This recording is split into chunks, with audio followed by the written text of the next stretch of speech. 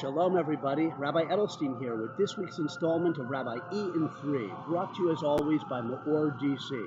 Find out about us and find us on Facebook or at meordc.org, and please be in touch.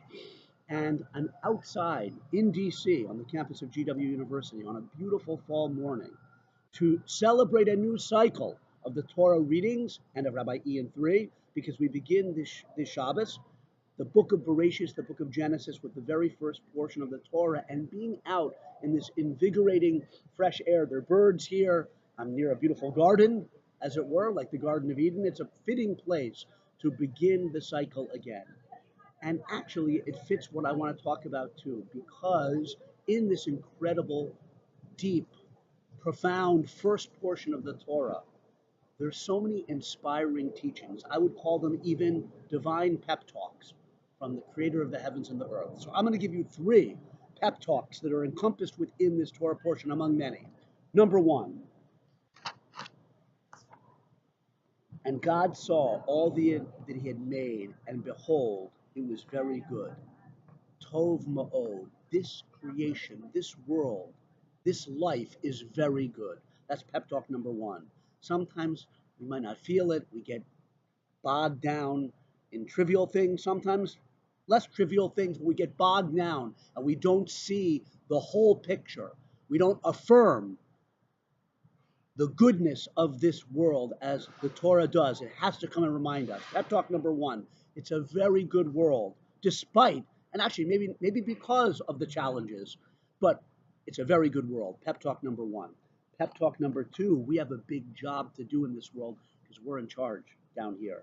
Hashem, God, took the man and placed him in the Garden of Eden in a beautiful, beautiful setting with so many pleasures and praiseworthy works and creations of all kind. He placed him in the Garden of Eden, la'avda u'lashamra, to work it and to guard it, not to just sit around doing nothing, God forbid, to work it and to guard it. And the rabbis say it means on a simple level, they weren't just no pina coladas all day, at least in the Garden of Eden. They had to work to help bring forth its potential and its greatness, and to guard it against harm, against negative influences. And that, our sages tell us, that applies to our whole lives. It represents actually 2 categories of commandments that mankind had, and that the Jewish people would later have those categories. Positive commandments, to work it, in other words, to bring forth the greatness from within us and within the world. That represents positive commandments, and to guard it, to prevent it from being desecrated or destroyed. That's negative commandments. It applies to each one of ourselves too, really, because each one of us is a world. To work it, the character, the garden, if you will, that each one of us has within us, and to guard it. That's pep talk number 2. First one, the world is very good. 2, we have a big job to work it and to guard it. And 3, we have an adversary inside, as God tells Cain. We don't have time to go through the Cain and Abel story, but Cain is full of jealousy against his brother, and God says, you have an adversary.